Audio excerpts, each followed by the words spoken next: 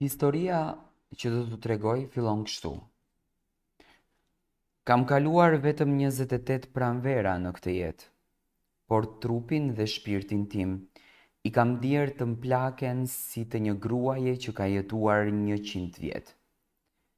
E mbushur me dhimbje, me frikë dhe me zhgënjim. Dhe e gjitha nisi me një dashuri që mendova se do të më shpëtonte, por në fakt më shkatroi. Për gati 5 vite kam qenë robin e një martese që nuk ishte asgjë nga dashuria, as ndjenjë, as kujdes dhe as mëshirë. Kishte vetëm dhunë fizike, si rrahje brutale me shkelma në barkë e në kokë, dhe dhunë psikologjike që të përvëlon mendjen, të bërtet në shpirt dhe të ul në gjujnë para vetvetes. Ai nuk përdorte dorën kur më godiste. Ai më urente deri në palc. Kur ishte i tërbuar, e kjo ndodhte shpesh, se humbiste loton. Apo kur nuk i jepja parat që mi jepnin prindërit e mi për mua dhe djalin ton, më shkelmonte me të dyja këmbët. Më rëzonte në tapet dhe më shtypte kokën me këmbë, si të isha insekt. Dhe unë heshtja. Nuk guxoja të kërkoja të drejtën time, sepse e dija çfarë do të pasonte.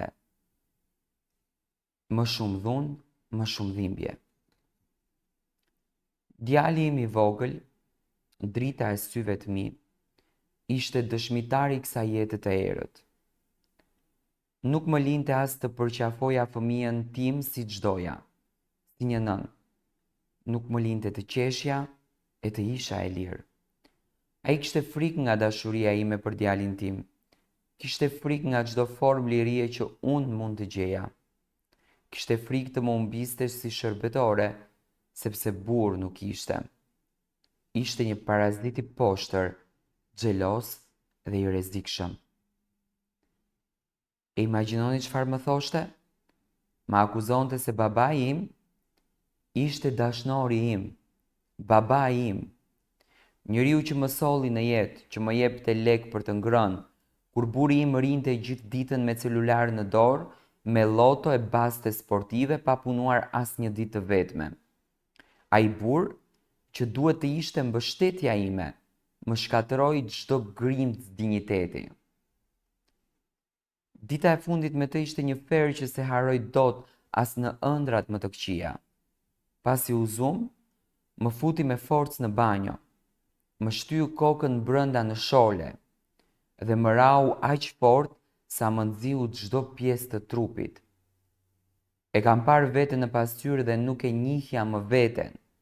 Më pas më tërhoqi zvarr nëpër korridor, më çoi në ashensor e më mbante aty që të mos ikja, të mos shpëtoja, të mos e denoncoja. Ai donte të më mbyllte përjetë aty në kafazin e dhimbjes së tij. Por unë e gjeta fuqin të shpëtoj. Një dritare e vogël shpresë mu hap në shpirt dhe thash me zë të lartë, nuk dua më të ri me ty. Je një përbindësh. Më ke shkatruar rinin, më ke privuar nga të qenurit nën e lirë. Je një rënim i gjallë. U largova. Nuk jam kthyer më kurrë. E mora djalin dhe shkova te prindërit e mi, të vetmit njerëz që më kanë dashur pa kushte. Sot jetoj me to. Më kanë ndihmuar të rikuperoj pak veten time, ndonë se plagët e mbrëmshme janë akoma ende të hapura.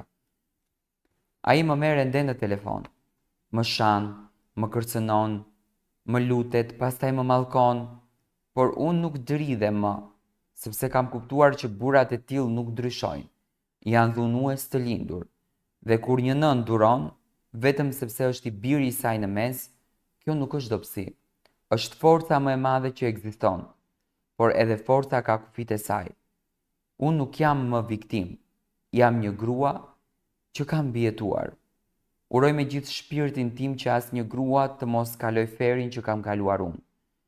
Asgjë nuk është më e keqe se të shohësh njeriu që ke dashur të shndrojë në një njeri të padobishëm, të pavlerë dhe fare pa zë. Nuk ka dhimbje më të madhe se ajo e nënës që nuk guxon të qaj para fëmijës, që fshihet në banjo për të mos t'i shfaqur lotët. Por tani, lotët e mi janë bërë forcë, janë bërë histori, dhe unë Exona nuk jam më heshtja, jam zëri çdo gruaje që ka duruar dhunën dhe ka vendosur të ngrihet. Dua t'ju tregoj diçka që nuk e kam ndarë me askënd për vite. Ka pasur net kur flia me djalin në krah dhe mendoja, po si kur nesër të mos jem më, po si kur ky njeri të më marr jetën. E të mërshme është të flesh me frikën se ndoshta nuk do të zgjohesh më. Por edhe më e të mërshme ishte ideja se djali im do rritej me zbritmave dhunës edhe frikës. Ai nuk do të kishte fëmijëri, do t'i mungonte e buzëqeshje e pafajshme që çdo fëmijë meriton. Kjo ishte një nga arsyet më të mëdha që vendosa të ikja. Ka mësuar ta dua veten sërish. Ka mësuar të mos fajsohem më.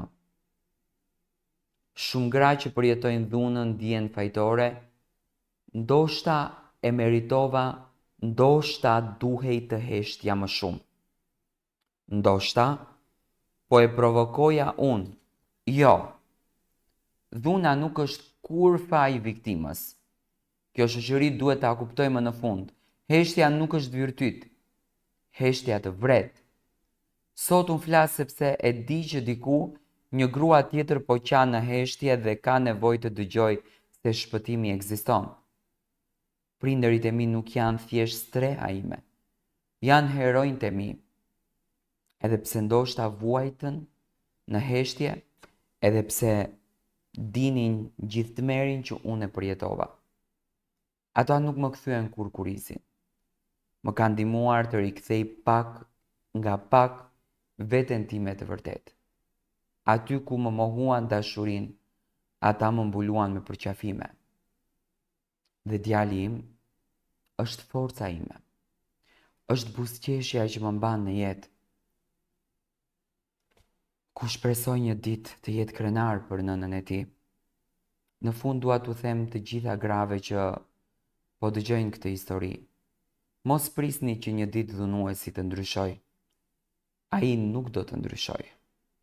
Prisni momentin kur do të gjeni kurajon dhe do të ngriheni për veten tuaj, për fëmijën tuaj, për jetën që ju meritoni. Unë jam gjallë sot sepse bëra hapin më të vështirë. Ika.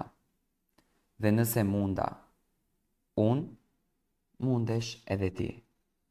Exona thot nëse munda unë, mundesh edhe ti.